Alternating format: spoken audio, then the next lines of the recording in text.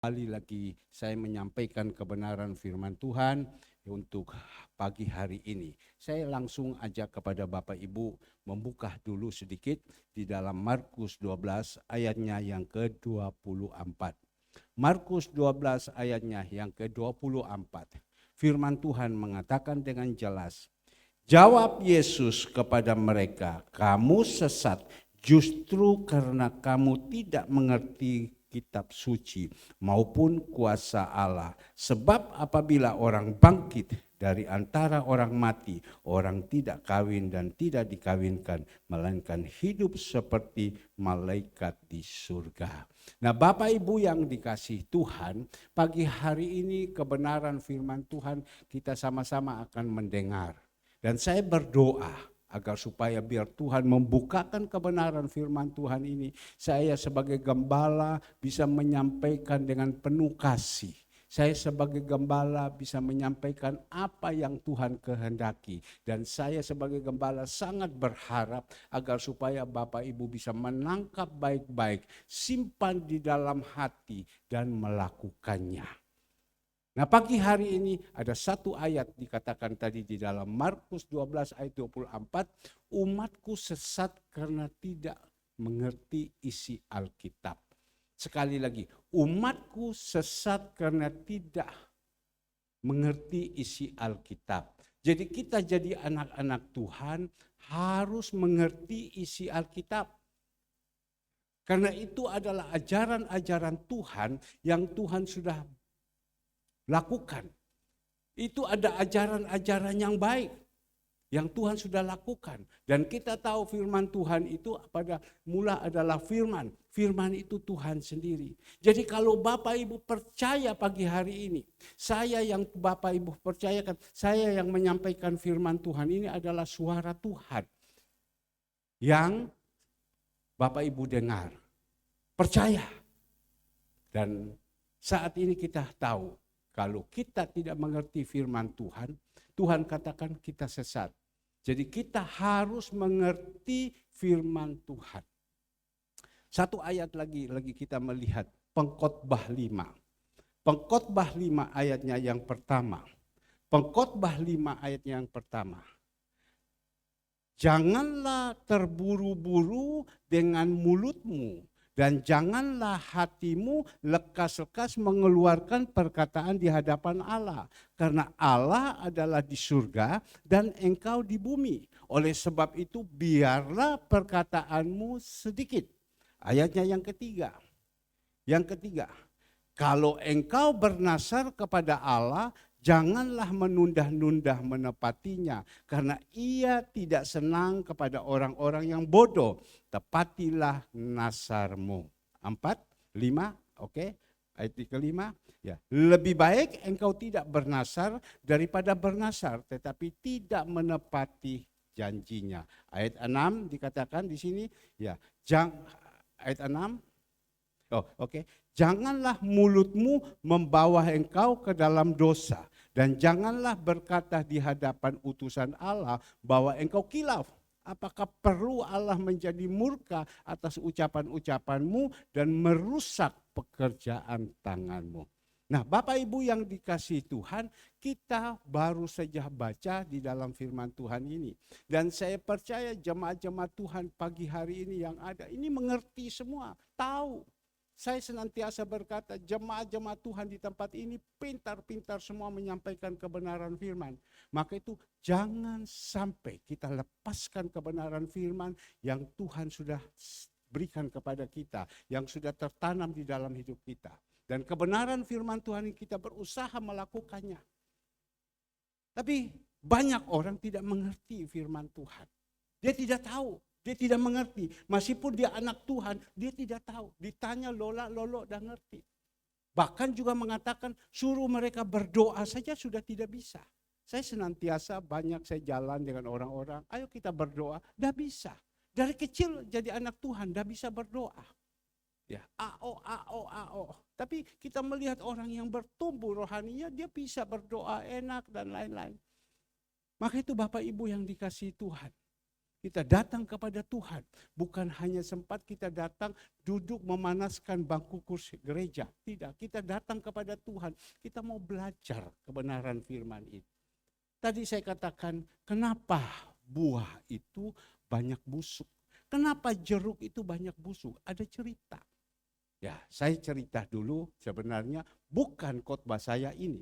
Ya, tapi khotbah saya sebentar ada ini baru awal saya cerita supaya kita itu berhati-hati.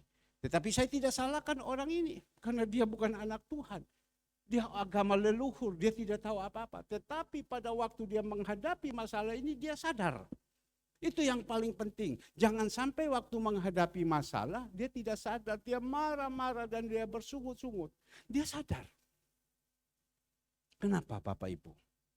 Pada waktu itu hari apa begitu, tiba-tiba orang ini telepon kepada saya, Pak, malam saya akan kirim jeruk.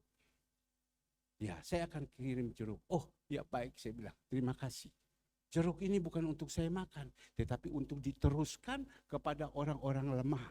Karena kita tahu firman Tuhan, barang siapa mendengar seruan daripada orang-orang lemah, kita tutup telinga kita masa bodoh. Pada waktu kita susah, kita berseru kepada Tuhan, Tuhan juga tutup telinga. Jadi pada waktu itu kita rencana untuk membagikan, semua pasti ada buah dan orang ini, Pak malam saya kirim. Oke, baik, saya tunggu. Ya, karena saya berpikir itu adalah suatu pekerjaan yang mulia. Saya tunggu. Ternyata Bapak Ibu, dia tidak kirim. Dia tidak kirim, ya saya diam saja. Ya sudah, saya berpikir mungkin besok pagi, tapi dia tidak kirim dan dia tidak berbicara apa-apa. Singkat cerita Bapak Ibu yang dikasihi Tuhan, 3 hari, 4 hari kalau saya tidak salah, tiba-tiba malam dia telepon saya, Pak, saya ada kirim buah sebanyak 150 kilo. Saya bilang, puji Tuhan. Itu hari 150 kilo, cuma saya berpikir ini berkat yang begitu banyak, saya mau buangkan kemana. Tetapi saya berpikir itu dari Tuhan. Ya, kasih kepada gembala, gembala turunkan kepada jemaat. Itu saja, gembala turunkan kepada orang-orang yang membutuhkan. Singkat cerita Bapak Ibu, pada waktu itu dia sudah kirim, saya sampai di rumah saya masuk, kok baunya bau arak, gak enak. Istri saya bilang ini sudah banyak busuk. Loh banyak busuk, saya lihat, aduh. Tapi sudah, saya tidak mau ngomong, saya panggil Agus, mari kita sortir. Kita sortir. Kita sortir dari 4 peti itu sisa 3/4 yang baik. Sekali lagi, dari 4 peti itu tinggal 3/4 yang baik. Yang lain semua itu busuk.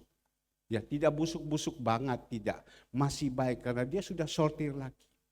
Singkat cerita saya tanya, besoknya saya tanya kepada dia, Pak, mohon maaf Pak, kita kan harus tahu diri.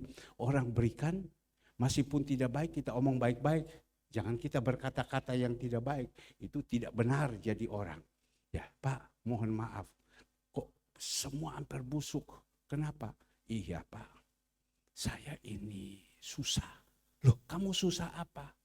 Pada waktu itu saya janji sama Bapak, maka itu pengkhotbah 5 tadi, Nasar. Saya janji kepada Bapak, sore nanti atau malam saya akan kirim jeruk datang ini. Dan saya akan kirimkan. Delalah dia bilang, kenapa? Pada waktu itu malam saya mendapatkan telepon dari Medan. Minta supaya saya ini menyuplai dia 1 truk jeruk. Wah dia bilang hokilai. Ngerti hokilai. Rezeki datang. Dia tidak mengerti firman Tuhan. Dan pada waktu itu datang semua yang dijanjikan. Dikirimkan semua. Aman, naik truk, berangkat. Dan kapal berangkat. Waktu kapal berangkat Bapak Ibu 2 hari lebih sedikit. Di tengah jalan kapal itu mogok. Mogok tidak bisa buat apa-apa. Terpaksa kapal itu ditarik bawa pulang kembali ke pelabuhan. Dan segera barang-barang itu dibongkar. karena barang itu di atas truk dan truk tinggal jalan. Sekarang kan banyak kapal-kapal berangkat itu namanya kapal roro, naik bawah, langsung dikirimkan kembali ke tempat dia. Ternyata waktu diturunkan Pak, busuk semua itu barang. Ya, saya sadar. Saya bilang, cepat cari yang bagus, kirim ke gereja supaya gereja bagi. Ya, bukan saya mau kasih, tapi saya kembali lagi, saya punya janji. Ngerti, orang dunia ini, orang leluhur ini ngerti. Ya, ternyata ini banyak rusak. Saya rugi berapa banyak. Karena saya punya perjanjian, saya kirim barang ini sampai ke daerah, baru dia bayar. Itu langganan yang sudah lama. Jadi saya menangkap Bapak Ibu yang dikasih Tuhan. Memang firman Tuhan ini, kalau kita sudah menjanjikan, kadang itu iblis itu mengajak kepada kita supaya kita memungkiri. Dia buat dengan cara apapun. Maka itu berkata, jadi kita manusia jangan kita bersilat lidah. Jadi kita manusia jangan kita terlalu cinta uang. Dahulukan Tuhan. Tapi yang ada seperti ini, dia bilang berapa banyak kerugian saya. Tapi sudah dia bilang soal. Artinya soal itu sudah buang apes. Orang dunia bilang, orang-orang leluhur soal. Dia bilang, sudah dapat apa, saya akan kembali lagi yang benar. Nah Bapak Ibu yang dikasih Tuhan, ini adalah juga satu pelajaran untuk kita. Ya, kadang kita tidak sadar. Ya, kadang kita tidak mengerti, atau kita sadar, atau kita mengerti, kita sengaja juga melakukan ini. Tetapi ingat, kebenaran firman Tuhan adalah kebenaran. Kita tidak boleh melanggar, tapi dia mengatakan kalau kita melakukan, engkau akan menerima janji di dunia ini dan di akhirat. Nah Bapak Ibu yang dikasih Tuhan, itulah saya bilang tadi. Kenapa jeruk ini dia agak rusak? Kenapa jeruk ini dia bau arak? Karena seperti itu. Nah kembali lagi Bapak Ibu yang dikasih Tuhan. Beberapa hari dia merasa tidak enak dan lain-lain. Saya pada waktu melayani di Pantai Bakti Luhur, saya video sama dia. Aduh kasihan Pak ya, kasihan Pak ya. Dia teringat. Teringatnya apa? Langsung dia panggil orang, kumpul ini buah-buah semua kirim ke gereja. Yang dia kirim adalah buah-buah yang bagus-bagus, sarkis dan lain-lain, segala semua manis-manis buah-buah itu. Tapi juga saya dengar ada yang mendapatkan tidak manis, ada. Ya, tetapi yang kebanyakan kami terima manis-manis semua. Dan kita bisa membagikan kepada yang membutuhkan. Nah kembali lagi Bapak Ibu, begitulah ceritanya. Sekarang kita masuk di dalam firman Tuhan yang Tuhan titipkan kepada saya. Kita buka di dalam 1 Timotius 4, 1 Timotius 5 ayatnya yang ke-17. 1 Timotius 5 ayatnya yang ke-17. Ya. Saya boleh membaca di sini. Beberapa petunjuk dan nasihat lagi. Sekali lagi, beberapa petunjuk dan nasihat lagi. Penatua-penatua yang baik, pimpinannya patut dihormati 2 kali lipat. Terutama mereka yang dengan jerih payah berkhotbah dan mengajar. Bukankah kitab suci yang berkata, janganlah engkau memberangus mulut lembu yang sedang mengirik, dan lagi seorang pekerja patut mendapat upah. Janganlah engkau menerima tuduhan atas seorang penatua, kecuali kalau didukung 2 atau 3 orang saksi. Mereka yang berbuat dosa hendaklah kau tegur di depan semua orang agar yang lain itu pun takut. Di hadapan Allah, Kristus Yesus dan malaikat-malaikat pilihannya, kupesan dengan sungguh kepadamu, camkanlah petunjuk ini tanpa prasangka dan bertindaklah dalam segala sesuatu tanpa memihak. Janganlah engkau terburu-buru menumpangkan tangan atas seorang dan janganlah terbawa-bawa ya ke dalam dosa orang lain. Jagalah kemurnian dirimu. 23. Janganlah lagi minum air saja, melainkan tambahkanlah anggur sedikit. Berhubung pencernaanmu terganggu dan tubuhmu sering lemah. Nah, sampai di sini dulu Bapak Ibu yang dikasihi Tuhan. Kita tahu 2000 tahun yang lalu ada seorang hamba Tuhan yang namanya Saulus. Dia bertobat dan menjadi Paulus. Nah, kita belajar. Saulus itu sebelum dia bertemu dengan Tuhan kita Yesus Kristus, tabiatnya, karakternya, sifatnya, wataknya jelek sekali. Ya. Bahkan dia adalah antikristus. Tetapi kita tidak boleh takut. Tapi kita melihat pada waktu sifat yang jelek, watak karakter yang jelek, dia ingin melakukan yang jahat. Waktu dia ketemu dengan Tuhan Yesus, Tuhan itu yang punya kuasa di surga dan di bumi, sanggup merubah kepada Paulus dan Paulus bisa berubah sehingga dia bisa menasihati kepada anak didiknya yaitu Timotius.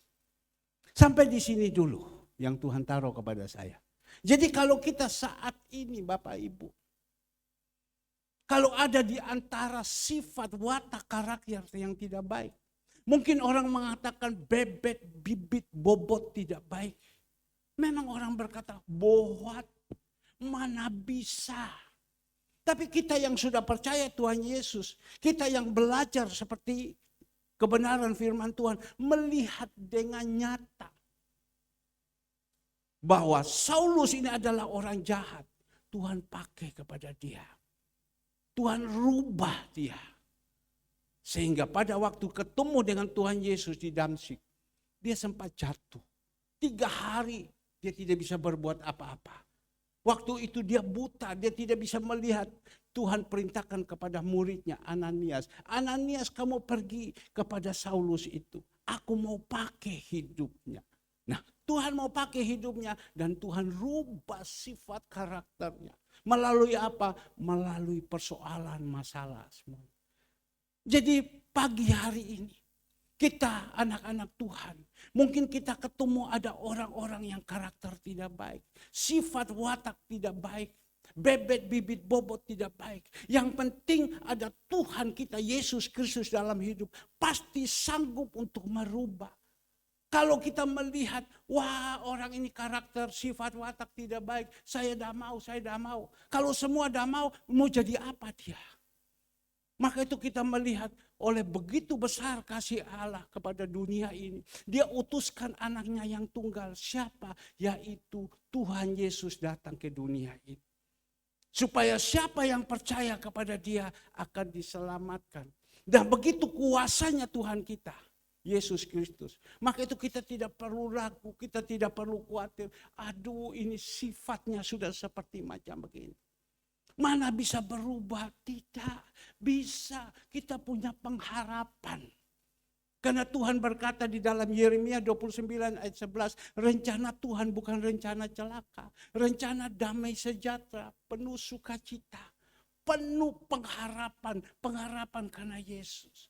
Jadi ada di antara kita mungkin orang-orang tua. Kita melihat seperti ini. Waduh sudah ini sifat tidak baik. Sudah tidak bisa hands up, angkat tangan. Tidak, jangan angkat tangan. Tetap teriak kepada Tuhan. Mungkin kita berpikir mana bisa berubah. Bisa kalau kita mau. Maka itu saya sebagai gembala di tempat ini.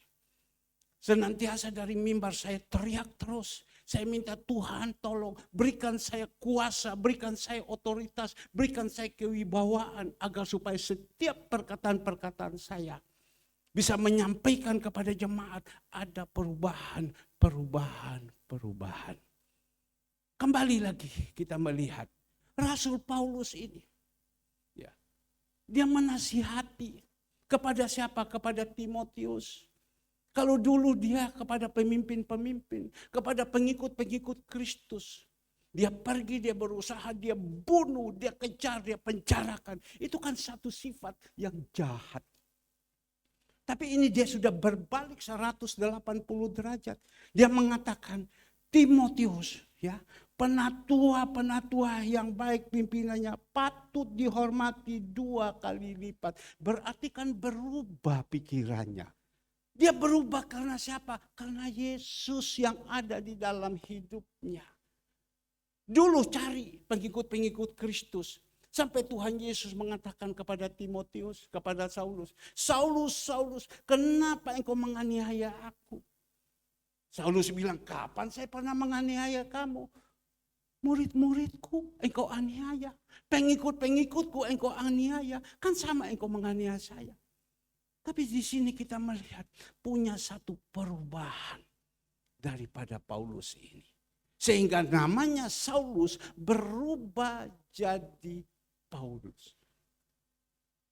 Nah, pagi hari ini Tuhan taruh di dalam hati saya untuk berbicara agar supaya kita yang mungkin saat ini menghadapi orang-orang yang bencekno, orang-orang yang menjengkelkan, orang-orang yang attitude-nya tidak baik, yang orang-orang sifat yang tidak baik, sudah jangan takut, kita serahkan kembali kepada Tuhan.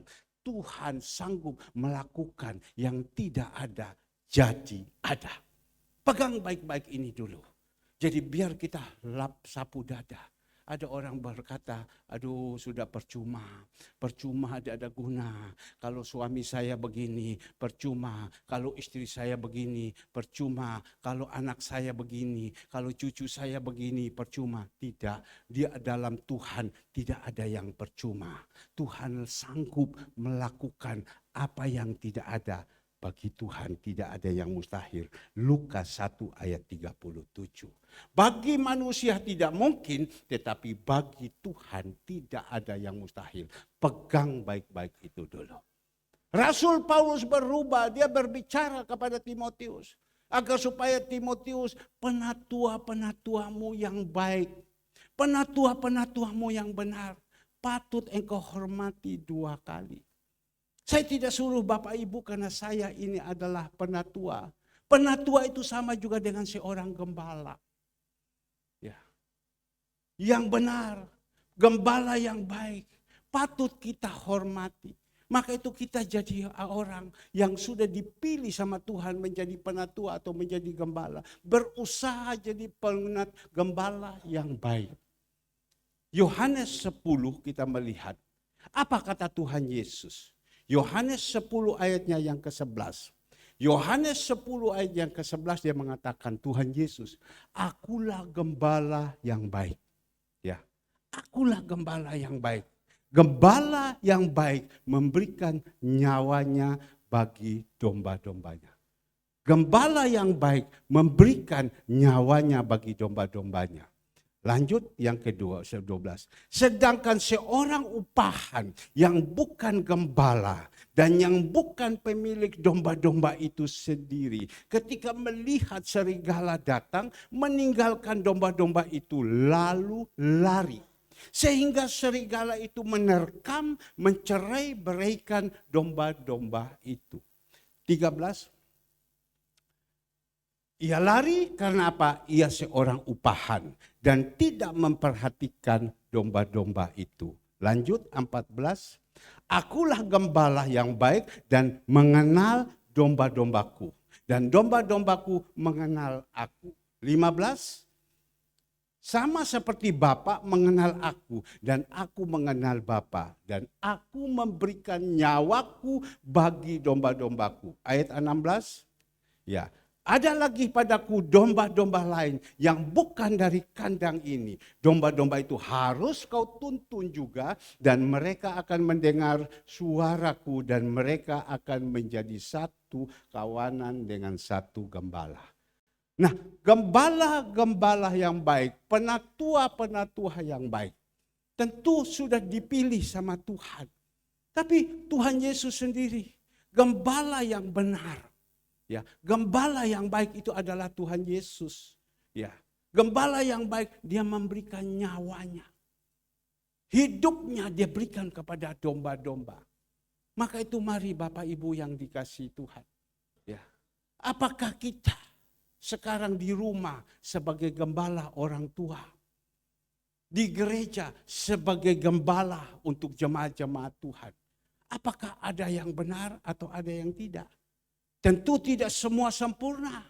Orang tua di rumah juga yang jadi gembala sebagai orang tua, ada juga yang tidak benar. Banyak orang tua yang tidak benar. Maka itu kita orang-orang tua yang ada di sini, yang saat ini sudah jadi orang tua, yang akan jadi orang tua. Berusaha supaya hidup kita ini jadi benar. Bagaimana cara bisa menjadi benar? Kalau Tuhan sudah ada di dalam hidup kita, dengan sendiri pasti kita jadi benar. Tapi Tuhan berkata, gembala yang benar itu ada dua. Ya. Gembala yang benar-benar tamsuknya kepada domba-dombanya. Ya, gembala yang memperhatikan domba-dombanya. Ada juga gembala-gembala upahan. Dia hanya mau dengan domba-dombanya karena uang. Banyak zaman sekarang, akhir zaman seperti itu, karena uang. Ya, tapi waktu dombanya ada apa-apa dia lari karena dia tidak merasakan beban. Tapi gembala yang benar itu, dia bukan memikirkan itu. Dia memikirkan bagaimana anak-anak kita ini. Kalau ada yang tidak berubah, sifat, watak, karakter susah. Saya melihat ada beberapa yang tidak datang dan sudah lama, sudah mulai tinggal. Saya sedih. Saya mau bisa berbicara apa? Hanya bisa saya berdoa. Mungkin sudah 1 kali, 2 kali, 3 kali. Sudah tidak bisa. Tapi saya tahu kalau dia pertahankan macam begitu akan binasa hidupnya. Mau bilang apa? Tapi kita berdoa sama Tuhan. Dan sambil kita menasihati, kita terus berbicara. Itulah gembala yang benar. Kalau gembala upahan lain, maka itu kadang saya ini benar-benar berusaha jadi gembala yang benar, gembala yang baik. Saya berusaha jadi gembala yang baik. Saya tidak mau jadi gembala upahan. Tapi kadang juga ada di antara anak-anak saya mulai bimbing mereka dari kecil. Saya bimbing mereka dari tidak ada apa-apa. Saya bimbing mereka jadi sekarang sudah jadi besar. Saya bisa, karena itu adalah anak saya. Saya bisa berbicara kepada mereka. Yuk, kamu lakukan ini, kamu tolong ini, kamu tolong ini. Karena apa? Itu adalah anak saya. Itu adalah anak saya. Sebab zaman sekarang berapa banyak gembala-gembala itu, penatua-penatua itu, mereka hanya melihat uang. Kalau orang-orang berduit, orang-orang kaya dinomorsatukan, diperhatikan. Tapi kalau gembala yang benar, ya tidak. Dia mencari orang-orang, anak-anaknya, dia bimbing. Karena itu adalah anaknya. Jadi ada dua, satu gembala upahan, satu gembala yang benar. Seperti tadi di dalam ayat 11, Tuhan kita Yesus Kristus adalah gembala agung yang benar. Di dunia ada juga gembala. Siapa?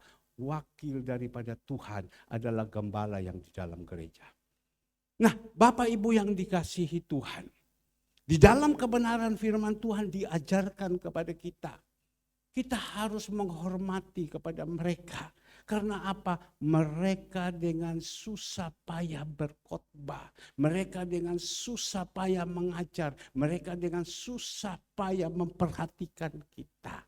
Kita harus menghormati kepada dia. Jangan kita tanduk, tidak boleh. Coba kita kembali Rasul Paulus katakan lagi kepada jemaat di dalam terjemahan sehari-hari. Di dalam terjemahan sehari-hari tolong dikeluarkan. Ya. 1 Timotius 6 ayatnya yang ke-17. Kepada orang-orang yang 1 Timotius 5 ayatnya yang ke-17. Pemimpin jemaat yang melakukan tugasnya dengan baik patut diberikan penghargaan 2 kali lipat, terutama sekali mereka yang rajin berkhotbah dan mengajar. Jadi yang Tuhan mintakan kepada kita pemimpinnya, gembala yang rajin berkhotbah, rajin menasihati, rajin menegur untuk demi kebaikan kita, patut kita hargai. Patut kita hargai. Jangan sampai kita tidak hargai. Kita ambil satu contoh. Bangsa Israel, saya ajak dulu kepada Bapak Ibu kita buka di dalam Bilangan. Bilangan 21 ayatnya kelima. Bilangan 21 ayatnya yang kelima. Saya coba baca di sini Bilangan 21 ayat kelima. Lalu mereka berkata, kalau saya boleh baca ayat 4. Setelah mereka berangkat dari Gunung Hor, berjalan ke arah Laut Tiberau untuk mengelilingi tanah Edom, maka bangsa itu tidak dapat lagi menahan hati di tengah jalan. Lalu mereka berkata melawan Allah dan Musa, mengapa kamu memimpin kami keluar dari Mesir supaya kami mati di padang gurun ini? Sebab di sini tidak ada roti dan tidak ada air, dan akan makanan hambar itu kami telah muak, katanya. Lalu Tuhan menyuruh ular-ular tedung itu di antara bangsa itu yang memangut mereka, sehingga banyak dari orang-orang Israel yang mati. 7. Kemudian datanglah bangsa itu mendapatkan Musa dan berkata kepadanya, telah berdosa sebab kami berkata-kata melawan Tuhan, dan engkau berdoa kepada Tuhan supaya dijauhkannya ular-ular ini daripada kami. Lalu Musa berdoa untuk bangsa ini. 2000 tahun kita tahu Musa itu adalah orang yang dipilih sama Tuhan. Kenapa dia dipilih sama Tuhan? Karena Tuhan tahu hati daripada Musa. Kenapa bukan Harun yang dipilih? Kenapa bukan Maryam yang dipilih? Atau mungkin ada saudara-saudara yang tidak tercatat dalam Alkitab daripada Musa yang dipilih. Karena Tuhan tahu hati daripada Musa. Bahwa Musa ini kalau dipilih sama dia, dan satu saat dia ada posisi yang di atas, dia tetap rendah hati, dia tetap teguh. Kadang manusia tidak sempurna, pasti ada kesalahan. Dan kita melihat lagi kembali tentang pilihan. Siapa Raja Daud? Pada waktu Saul ya membuat salah, Allah pecat dia. Bangsa Israel minta supaya ada pengganti daripada Saul. Apa yang terjadi? Mulai memilih. Mereka mulai panggil Isai, Samuel panggil Isai, panggil anak-anaknya semua. Semua anak-anaknya Isai dipanggil. Gagah-gagah, perawakannya luar biasa. Sampai Musa bilang, ini mereka orang-orang yang dipilih. Tapi Tuhan bilang, tidak, masih ada satu. Dibingung siapa ini. Orang tuanya mungkin Isai sudah lupa anaknya Daud yang sedang menjaga kambing domba di tengah hutan sana. Ya. Tapi di situ masih ada satu, diingat-ingat oleh Isai. Oh, masih ada anak saya, siapa? Daud. Tuhan tahu ini aku pilih, panggil dia. Kalau dia belum datang, saya tidak akan bersama-sama dengan mereka untuk ada di meja makan ini. Panggil mereka, panggil dia. Kenapa? Tuhan tahu hati. Tuhan tahu. Oh, orang ini kalau saya pilih dia, saya angkatkan dia. Dia masih tetap setia kepada Tuhan. Apapun. Ya. Tapi Tuhan tahu, kalau Abinadab saya angkat sekarang, dia macam begini, mungkin pertama awalnya dia bagus. Tapi kalau seumpama dia sudah di atas, mungkin dia udah buang Tuhan. Dia sudah tidak mau. Tuhan itu tahu. Tuhan itu bukan melihat luarnya, tapi Tuhan melihat dalamnya. Maka itu Tuhan pilih Raja Daud, Tuhan pilih Musa. Sehingga apa? Bisa memimpin. Kembali lagi firman Tuhan. Datanglah bangsa itu mendapatkan Musa dan berkata, kami telah berdosa sebab kami berkata melawan Tuhan. Bangsa Israel pada waktu itu Musa memimpin bangsa Israel ini keluar dari Mesir pergi ke Kanaan. Kita melihat bangsa Israel ini. Mereka melawan, mereka berontak. Ini yang tidak boleh. Cerita daripada ini mereka melawan, mereka berontak, melawan Tuhan, melawan Musa.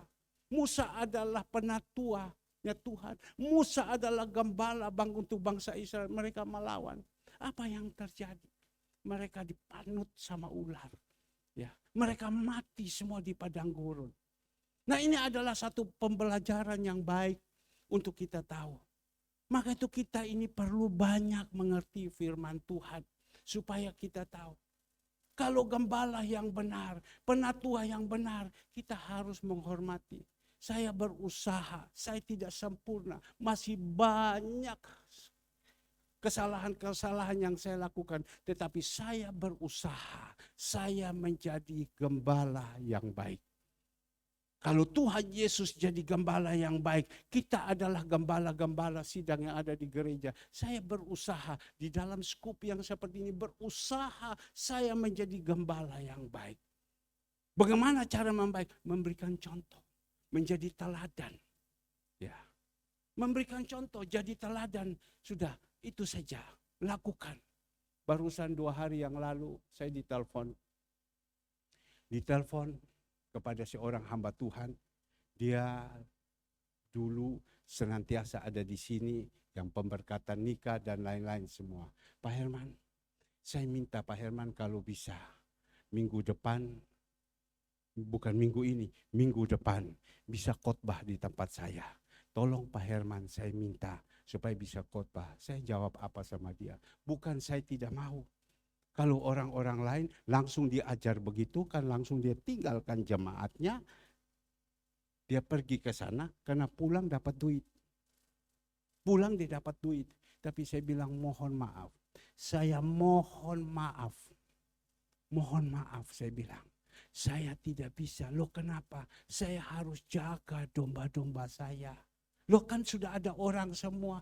Tidak, saya harus jaga domba-domba saya. Karena Tuhan percayakan kepada saya domba-domba ini. Saya harus jaga kepada mereka. Siapapun yang khotbah, siapapun, tapi saya harus jaga. Kalau bisa saya sampaikan sendiri, saya sampaikan karena itu adalah suara gembala. Ya, saya harus jaga. Jadi bagaimana? Oke, karena beliau sering ada di sini, banyak ada hubungan yang baik. Kalau begitu saya utuskan saudara Andre ke sana. Oke, baik. Sebenarnya saya kepingin Bapak yang ada di sini. Tapi ya sudah, karena Bapak punya tujuan begitu, kita juga perlu banyak belajar seperti ini. Ya sudah, utuskan Andre untuk pergi. Bisa saya utuskan anak-anak saya yang lain, saya utuskan mereka. Nah kembali lagi Bapak Ibu, saya katakan kepada mereka supaya bisa jadi contoh. Kalau pulang selesai khotbah, tolong ya jangan dikasih duit, tidak boleh. Ya, loh kenapa Pak? Kan dapat apa? Upah, kerja kan dapat upah. Dapat apa saya bilang? Tidak usah. Ya, jangan. Kalau Bapak mau kasih untuk persembahkan untuk panti asuhan, monggo. Ya, monggo. Tetapi kalau ini jangan. Oh, sampai begitu acaranya, ya sudah ada apa-apa. Nah kembali lagi Bapak Ibu yang dikasih Tuhan.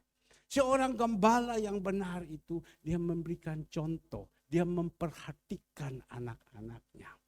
Jangan sampai gembala yang baik dia tidak memperhatikan, hanya dia berpikir yang sesuatu untuk menguntungkan diri sendiri.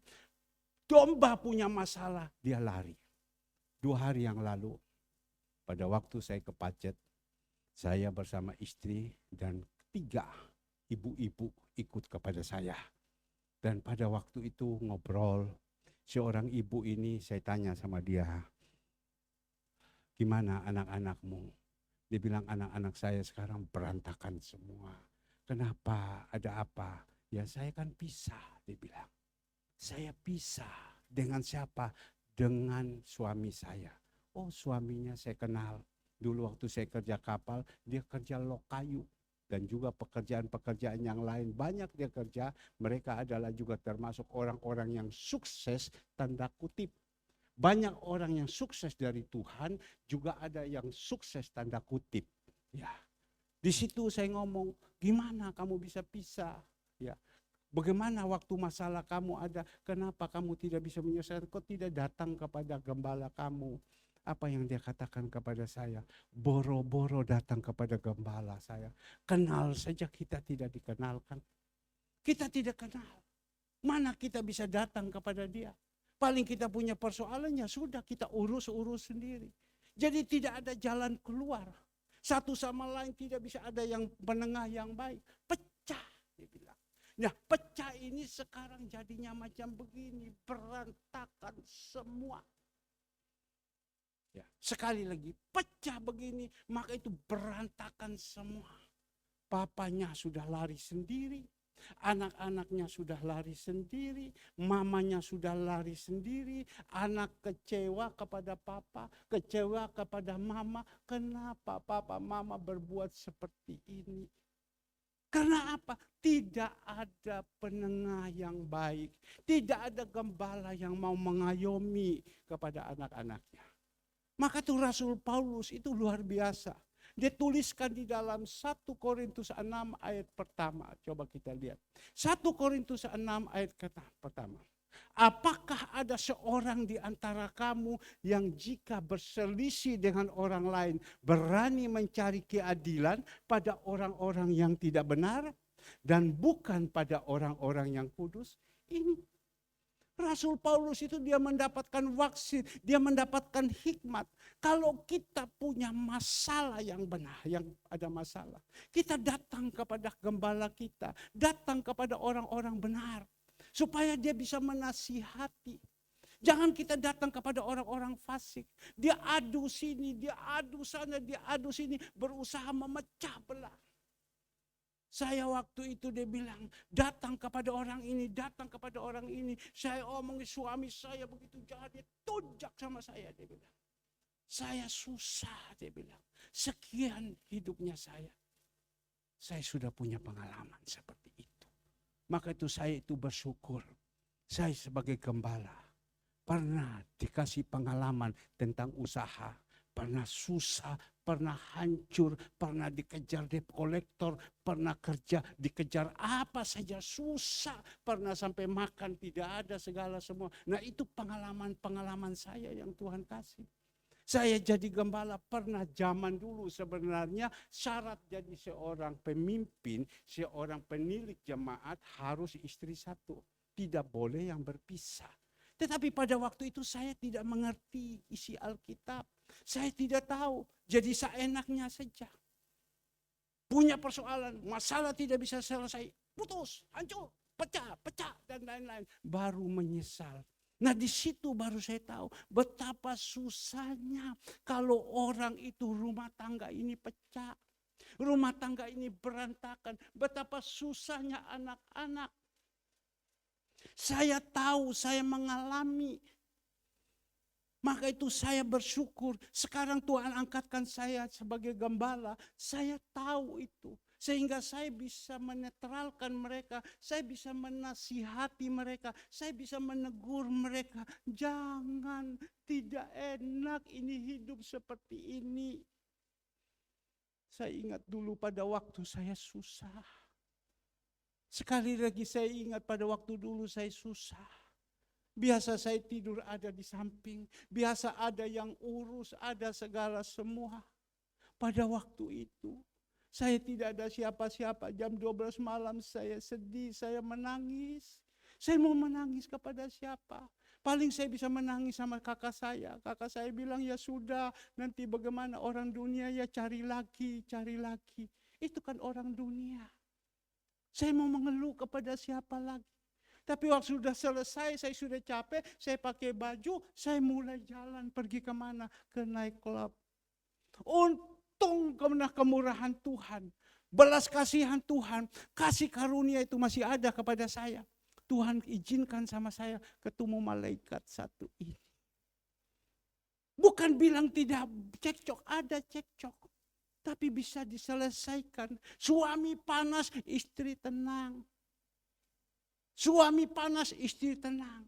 Sudah tenang, baru bisa diselesaikan. Maka itu Bapak Ibu yang dikasih Tuhan. Dia bilang bagaimana saya harus mau ketemu dengan gembala saya. Mana dia mau perhatikan. Kami ini orang apa. Maka itu saya bilang, Tuhan Yesus sendiri. Ada penatua, ada gembala upahan. Domba-dombanya punya masalah, dia lari. Dia lari. tadi pagi, mulai tadi malam. Saya tidur ini berapa jam? Saya hanya bawa dalam doa, saya masuk dalam penyembahan. Hanya Tuhan taruh di dalam hati saya. Pagi-pagi saya bangun, ingat satu orang. Saya angkat telepon. Kenapa Tuhan? Ingat, omong sama dia. Nak pulang, nak pulang, nak. Pulang, nak. Tuhan sayang kamu, pulang. Pulang, saya bilang. Ya, gembalamu bukan di tempat lain, gembalamu ada di sini, pulang. Pulang. Saya tidak tahu sampai sekarang ada apa, tapi Tuhan suruh saya angkat telepon, pulang. Saya bilang, pulang. Maka itu tadi dikatakan di sini. Ada nasihat-nasihat dari seorang gembala yang benar. Dia suka menasihati, dia suka menasihati. Dia suka menasihati. Bahkan orang kalau menasihati berkata kepo, tukang urus, orang punya urusan. Tidak. Karena dia punya hati. Rasul Paulus katakan kepada Timotius, coba kita melihat. Rasul Paulus mengatakan kepada Timotius, di dalam 1 Timotius,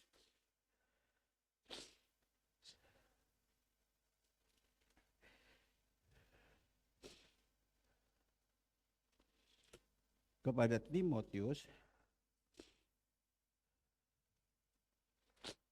kita doa pagi sudah di mana ya? 1 Timotius berapa? 1 Timotius 6. Saya ini kok ngomong kok saya nangis, karena saya nangis dari lubuk hati saya yang dalam. Saya tidak tahu ada apa. 1 Timotius 6. Sebentar ya. 1 Timotius 6. Ya.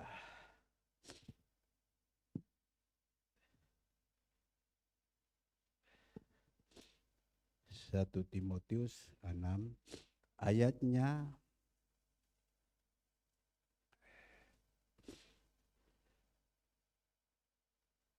berbuat yang baik. Ya. 1 Timotius 6 ayat ke-17.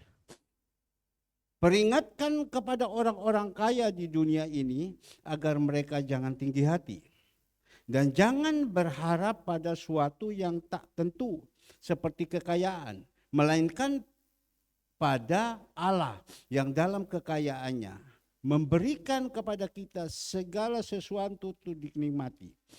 Peringatkan agar mereka itu berbuat baik, menjadi kaya dalam kebajikan, suatu memberikan dan membagi, dan dengan demikian mengumpulkan suatu harta sebagai dasar yang baik bagi dirinya di waktu yang akan datang untuk mencapaikan hidup yang benar.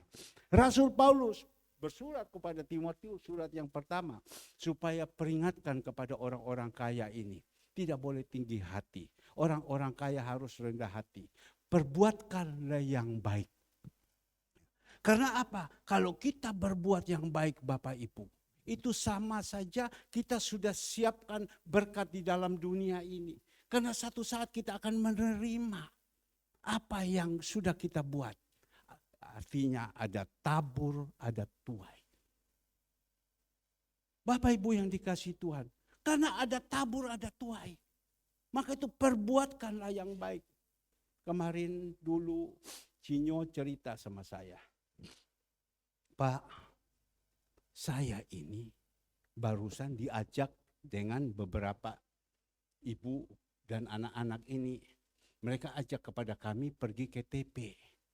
Pada waktu sampai di TP, kami ketemu seorang hamba Tuhan yang sering ada di sini. Waktu itu dia sedang makan.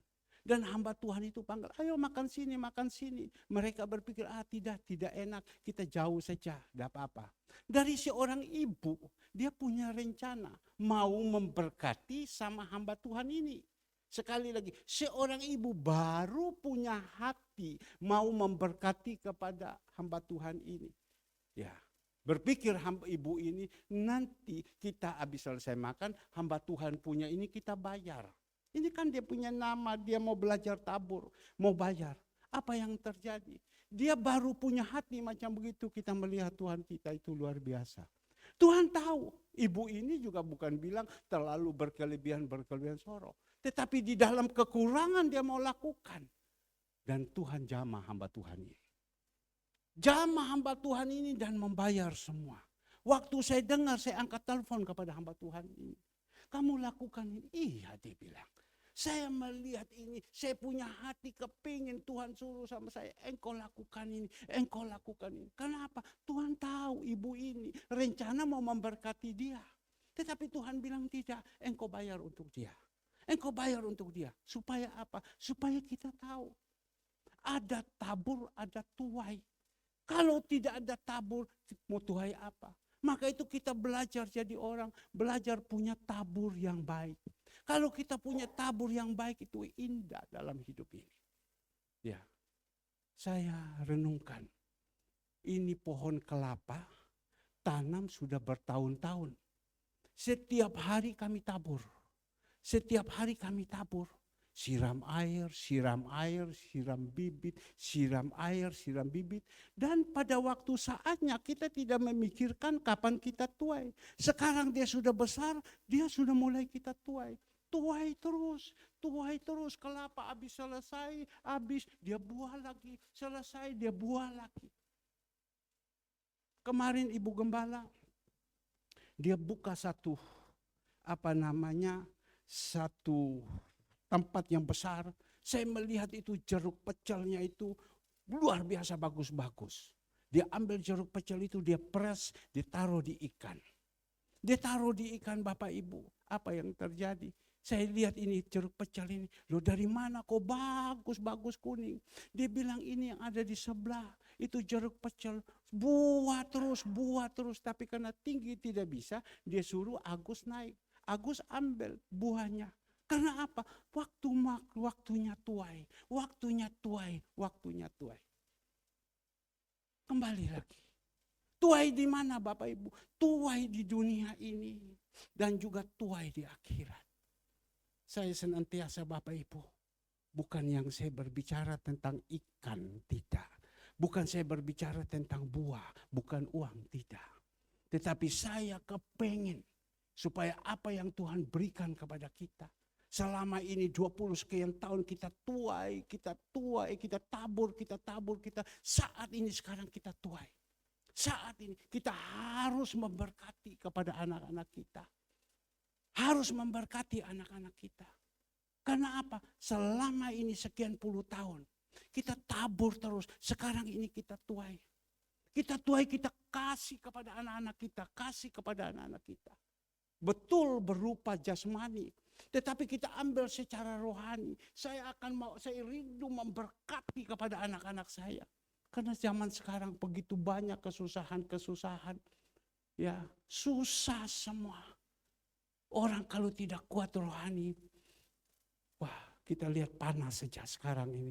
Sudah 40, 39, besok mungkin 42, panas. Banyak orang usaha semua, goyang semua. Hidup ini susah. Ya, tapi kita tidak perlu takut.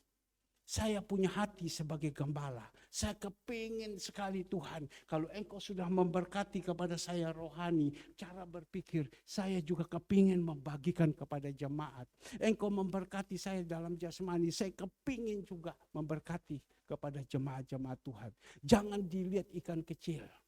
Sekarang Tuhan mulai percaya yang kecil dulu.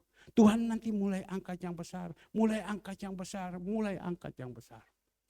Ya. Saya kepingin, saya lakukan.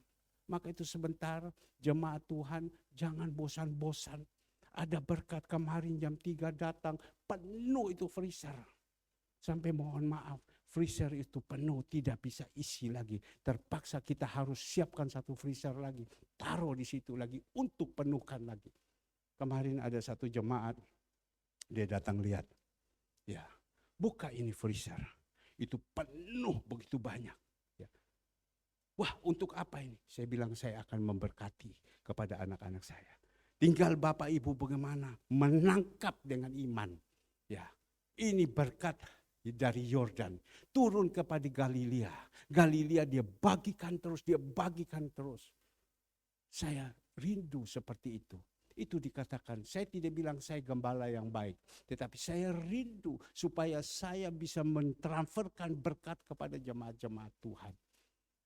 Inilah, maka itu firman Tuhan mengatakan, gembala yang baik patut kita menghormati dia 2 kali lipat. Kata menghormati kita melihat di sini, ya, menghormati. Memang waktu Musa bawa pimpin bangsa Israel ini, ya, diizinkan Musa naik ke Gunung Sinai.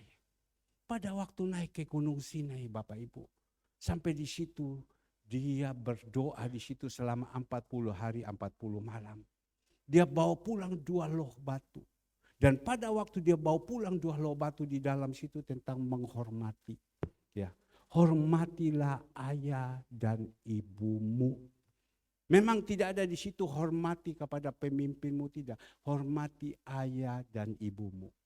Kita harus menghormati ayah dan ibu kita. Ya, karena mereka yang membesarkan kita, apalagi ibu yang melahirkan kita, ya, kita harus menghormati kepada mereka. Tetapi dalam akhir-akhir zaman ini, Bapak Ibu, bukan hanya orang tua saja, bukan hanya gembala-gembala saja. Saya tidak omong gembala pemimpin di perusahaan. Perusahaan mungkin dia punya motivasi untuk supaya usahanya, ya sudah. Tapi di sini belum tentu semua orang tua jadi baik. Belum tentu gembala ini juga baik. Tadi kita sudah belajar, ada gembala upahan. Maka itu kita jadi orang yang sudah mengerti firman Tuhan, harus kita hormati, ya, harus kita hormati. Tetapi kita melihat kalau ada yang tidak benar dan lain-lain, kita coba berusaha dengan pelan-pelan, dengan menasihati, berbicara dengan baik. Saya dengan anak saya, Andre, Kesia, kalau seumpama saya salah, mereka ngomong, Papa begini, Papa begini. Saya merenungkan, iya, ini saya salah. Ya saya diam, saya tidak lakukan lagi. Papa begini, tapi kalau seumpama Papa benar, Papa tegur sama kamu. Ya, kamu harus tahu kenapa Papa mau kalian ini baik. Tapi kalau Papa tidak benar, Papa salah, Papa salah. Saya bukan bilang tidak pernah rame dengan Ibu Gembala, rame. Pernah rame. Cuma untung Ibu Gembala ini dia tidak nyolot. Waktu rame dia diam. Dia tidak keluarkan suara, dia diam. Ya. Tetapi anak ini melihat, Papa tidak boleh begini sama Mama, tidak boleh begini sama Mama. Saya berpikir-pikir, iya. Pada waktu saya emosi, saya panas. Loh, kamu kok melo-melo gini-gini. Tapi saya pikir-pikir, ya. Maka itu mari, kita mau dihargai jadi orang tua. Anak ini kita buat orang tua jadi yang benar. Anak itu pasti menghormati kita. Apalagi zaman sekarang, anak-anak zaman sekarang kritis-kritis, pintar-pintar semua.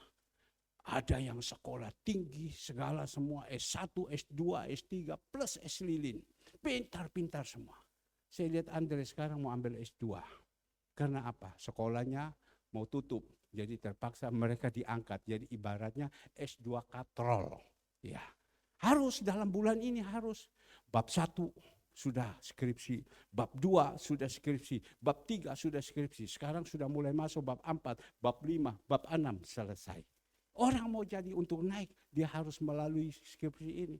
Tapi saya melihat mendapatkan untuk seorang S2 ya atau S1 susah.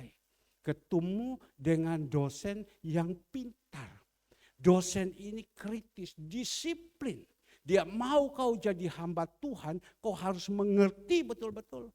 Jadi Andre mulai buat semua, dia punya skripsi. Titik, koma saja, spasi saja tidak ada, langsung dimarah. Kok kata ini kenapa harus pakai spasi? Ini kenapa harus begini? Ini harus begini. Wah, saya bilang kalau saya macam begini, payah, tidak bisa saya.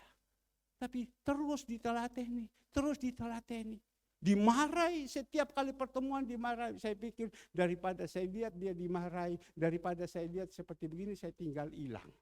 Ya biar sudah dia sudah mau S2 ke, dia mau S3 ke. Ya tapi engkau S2, engkau S3 bisa kau jadi pelaku firman apa tidak? Itu yang paling penting. Kembali lagi firman Tuhan. Hormati ayah dan ibu. Hormati pemimpin-pemimpin. Maka itu ayah dan ibu, pemimpin-pemimpin di gereja, penatua-penatua harus menjadi benar agar supaya anak-anak itu bisa menghargai kita. Ya mau bagaimana? Ada orang yang rohani sudah bagus, ya sudah mau bilang apa? Memang sudah seperti begini, apakah saya bunuh sama dia? Ya sudah, saya hormati, saya senangkan dia dan lain-lain. Itu bagus, senangkan dia. Tapi mari Bapak Ibu yang dikasih Tuhan, tetapi apa yang diomongi tidak benar, jangan kita makan. Kalau bisa kita menjadi berkat. Karena banyak orang-orang tua sekarang ini sudah tua, banyak cerewet. Ya, kadang orang bilang Pak Herman banyak cerewet.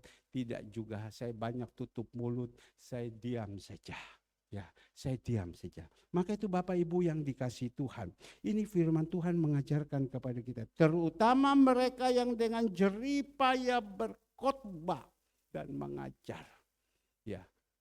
Terutama pemimpin-pemimpin atau penatua-penatua dengan jerih payah berkhotbah dan mengajar. Ini saat ini kita khotbah. Dah gampang loh khotbah ini.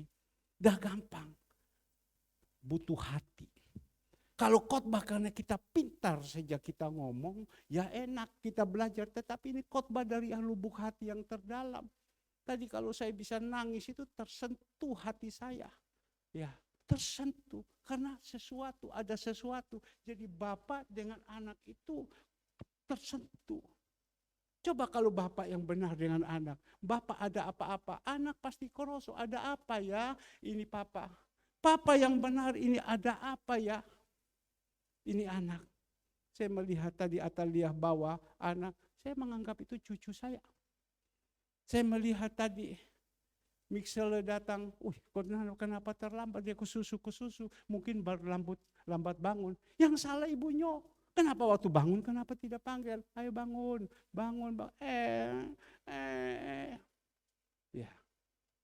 Tapi kita melihat Bapak Ibu, seorang bapak, gembala yang benar, dia perhatikan itu domba-domba. Ya, saya berusaha agar supaya apa yang Tuhan berikan saat ini, saya merasakan gereja kita masih pun sekian banyak. Saya merasa gereja ini gereja diberkati. Saya tidak pernah putus asa. Kenapa begini? Tidak. Tenang, kita hidup, kita melayani terus, tenang. Saya merasa diberkati dan saya imani jemaat-jemaat Tuhan juga pasti diberkati. Ya, pasti diberkati. Saya imani dan saya berharap juga jemaat-jemaat Tuhan, ya, supaya punya iman. Tetapi kita iman, kita harus ada di dalam jalannya Tuhan. Harus ada di dalam jalannya Tuhan. Kalau kita ada di dalam jalan Tuhan, doa orang benar itu besar kuasanya. Kemarin waktu membagi makanan-makanan, semua ada satu bapak datang. Dia datang pagi-pagi, dia lihat di situ persis melon satu peti. Kita pikir ini melon bagaimana kita bagi. Oke, kita potong-potong, baru kita masukkan di dalam plastik. Waktu kita sedang potong-potong, si orang bapak ini datang. Diomongi, coba makan. Dia makan, manis, manis. Saya lihat bapak ini kan kepingin lagi. Ayo saya bilang mau ambil lagi, hehehe. Dia masuk ke dalam, dia ambil itu jeruk. Itu jeruk Cina punya. Itu manis sekali. Cuma kata kalau yang ada khusus saya sudah tanya, yang kecil itu agak asam itu untuk di jus, tetapi yang dari Cina punya, yang besar itu manis-manis semua. Di situ saya lihat sama dia, saya punya hati itu nolongso. Loh kamu kok ambil satu? Ambil sing banyak loh. Ayo ambil sing banyak. Masih isin-isin, tidak gini-gini. Dia masuk lagi, dia ambil lagi. Waktu dia ambil, baru dia lihat sudah penuh dia punya tas, dia omong begini, kok tas ini kok kecil ya? Ngerti? Dia sudah ambil penuh, dia bilang tas ini kecil. Saya bilang ambil lagi kantong plastik. Maka itu tadi Lisen ada bawa kantong plastik, sak gepok. Terima kasih Sien. Iya, Tuhan berkati sering-sering kirim ya. Haleluya. Tidak ada kantong plastik, ambil lagi, saya bilang, ambil lagi ini buah, bawa pergi. Ya, Bapa memberikan dengan hati yang tulus. Saya bukan suruh kepada Bapak Ibu, saya khotbahkan gini, Bapak itu hormati saya, tidak. Tetapi mari, Kita mengerti kebenaran firman Tuhan. Ya, kita mengerti kebenaran firman Tuhan. Seperti pada waktu Musa, bangsa Israel, Musa banyak bicara, nasihat mereka. Mereka bilang, muak aku lihat, muak aku dengar. Jangan, ini menasihati untuk demi kebaikan. Demi kebaikan. Pagi-pagi tadi, saya telepon seseorang lagi. Saya bilang, kamu beribadah ya, sungguh-sungguh ya. Kamu ada di dalam bimbingannya, ada apa-apa, otak dingin, semua ya. Iya. Tapi saya ngomong sambil air mata jatuh.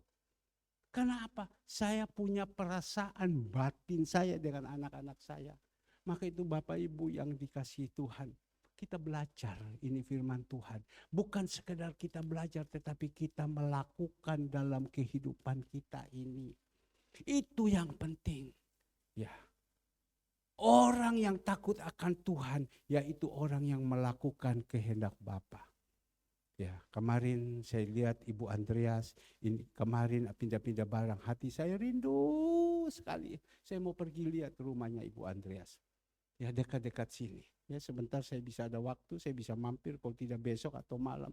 Saya rindu sekali, saya mau kepingin tahu, Bu Andreas, kamu pindah, saya kepingin tahu bagaimana kamar-kamarnya, apa yang kita bisa buat, apa yang kita bisa lakukan. Ya, rindu saya. Bukan rindu sama Bu Andreas, rindu sama semua jemaat-jemaat Tuhan, domba-domba ini. Rindu. Bu Andreas sudah pindah, ini hari mungkin pindah, besok sudah selesai, tidak tinggal di sini. Rindu sekali. Apa yang bisa kita perbuat? Ayo kita perbuat. Kita lakukan yang baik. Sesama seiman melakukan. Jangan jemu-jemu berbuat baik. Terutama kepada siapa? Sesama seiman. Nanti sebentar. Kemarin saya sudah ikan datang sekian banyak. Jangan bosannya. Ya, itu berkat. Maka itu ibu-ibu yang ada, kalau dapat berkat, masak. Jangan simpan di kulkas. Jangan. Kasih suami makan. Kasih anak-anak makan. Itu dari gembala. Itu dari Tuhan Yesus. Mana ada setiap minggu harus dikirim. Setiap hari Sabtu harus dikirim. Ya, itu bukan uang kecil.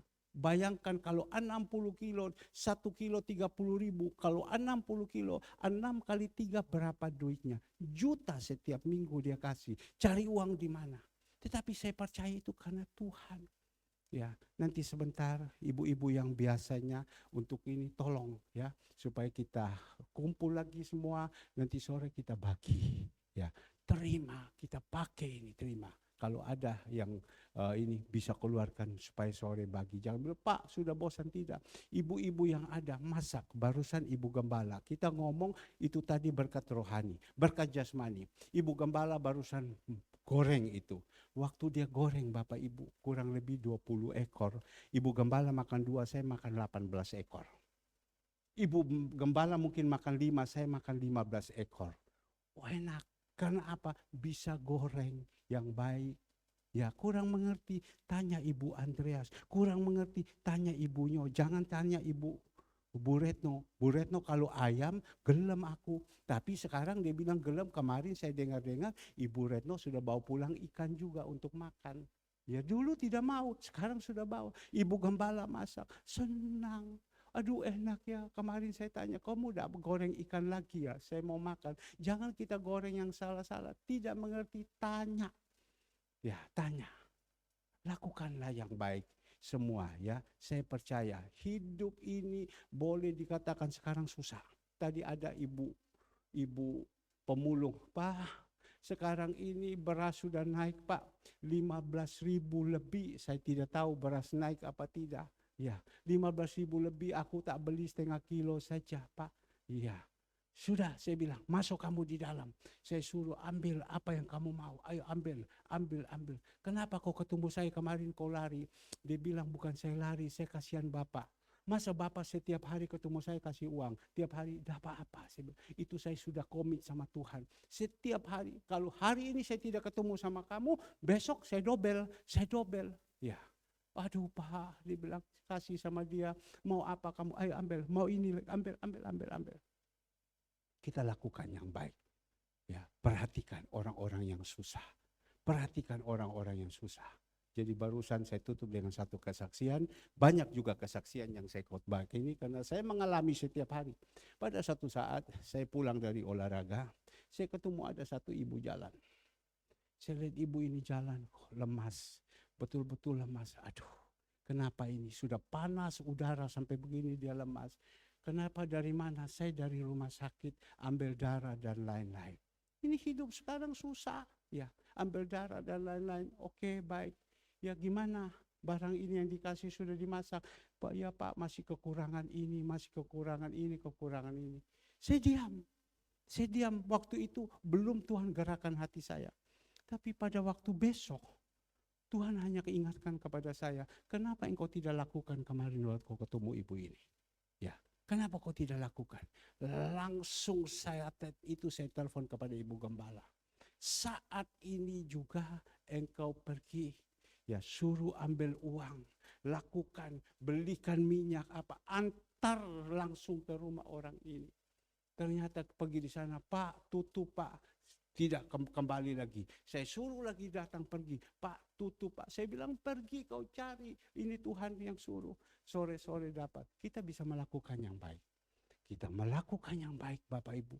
Kita tabur ini sekarang. Di atas itu sudah ada tempat. Sekarang Tuhan kita Yesus naik ke surga. Dia sudah menyediakan tempat untuk kita. Bagaimana? Apakah tempat kita kecil di atas atau tempat kita besar? Kalau tempat kita kecil di atas, ingat masih ada kesempatan di dalam dunia ini. Perbuatanmu di dalam dunia ini menyertai engkau di atas. Perbuatan apa? Perbuatan yang benar, perbuatan yang baik, menyukakan hati Tuhan. Tuhan sudah siapkan di atas untuk kita. Sekarang dia sedang buat, mungkin saat ini sedang buat rumahnya Ibu Retno. Tapi dia tidak perlu panggil tukang. Kun fayakun, tes jadi. Bu Retno punya rumah, kasur-kasurnya semua sudah ada komplit semua. Tinggal nanti bagaimana waktu Bu Retno pulang. Kita tidak tahu Pak Yuli. Dia pulang, kita tidak tahu. Di sana di atas kita tidak tahu. Yang tahu dia dengan Tuhan. Nanti pada waktu kita di atas baru kita cari dia. Di mana kon Mas Yuli? Dah kenal sudah. Dah ada bilang kita ketemu sudah di atas, tidak. Sudah dah kenal lagi. Ya. Maka itu mari perbuatan kita dalam dunia ini. Bagaimana perbuatan kita dalam dunia bisa berbuat baik? Kalau kita mau lakukan. Bagaimana kita bisa melakukan? Ini kebenaran firman Tuhan yang menasihati kita, yang menegur kita. Tuhan Yesus memberkati. Saya minta pemusik, singer, nanti saya minta juga ya selesai. Ibu-ibu yang biasa tolong dibantu.